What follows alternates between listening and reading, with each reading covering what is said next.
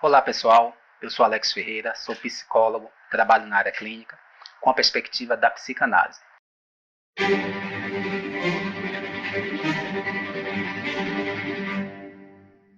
Estou iniciando uma série de vídeos aqui onde estaremos falando de temas importantes para a sociedade.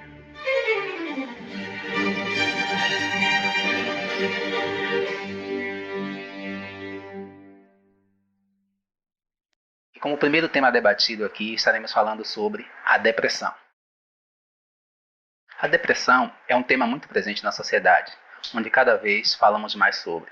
Porém, a prevalência de alguns mitos, de tabus, é uma constante, é uma evidência, é uma realidade. Existem maneiras de expressar a depressão que necessitam ser reconstruídas. Coloca-se a depressão em diversos contextos, contextos fictícios, contextos errôneos, que muitas vezes não tem a ver com o que de fato é a depressão. Um equívoco muito comum, por exemplo, é se confundir a depressão com a tristeza. E são coisas completamente diferentes. Uma coisa é a depressão enquanto doença, outra coisa é a tristeza. A tristeza a gente pode pensar, por exemplo, como um fato circunstancial. A tristeza tem um motivo. A pessoa está triste por isso. A pessoa pode reconhecer o motivo dela estar triste. Fatos difíceis que acontecem, fatos ruins que acontecem.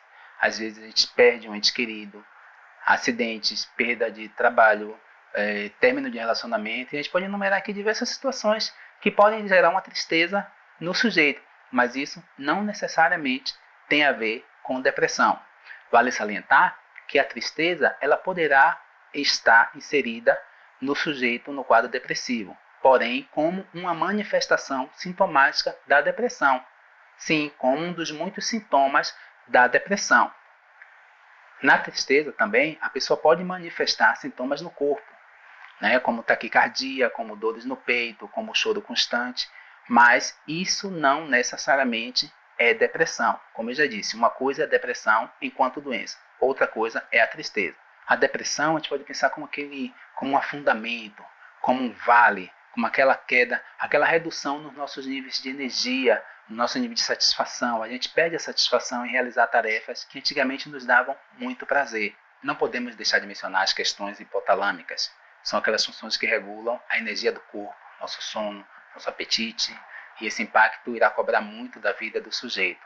Uma alteração onde às vezes a pessoa vai apresentar um sono mais duradouro, um sono mais constante. É comum que outros apresentem uma insônia, uma falta de energia muito grande. Há relato de pessoas no quadro depressivo que afirmam não ter energia para se virar na cama. Tarefas simples exigem do sujeito uma enorme quantidade de energia que ele afirma não ter.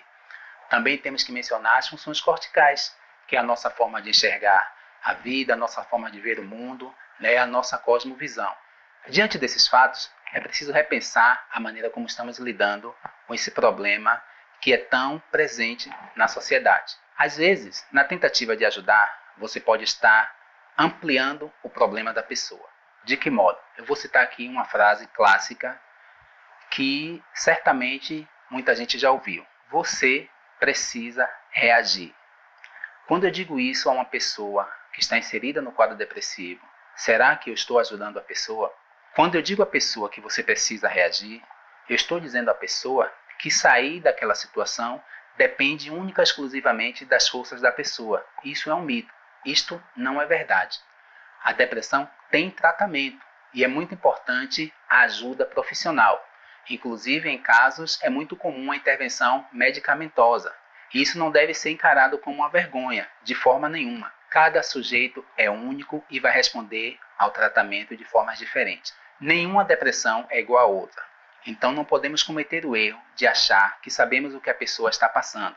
Às vezes uma pessoa diz para outra, eu sei o que você está passando, você precisa reagir. Tal pessoa usava medicamento e não usa mais. Você é jovem, você é forte, você tem que reagir.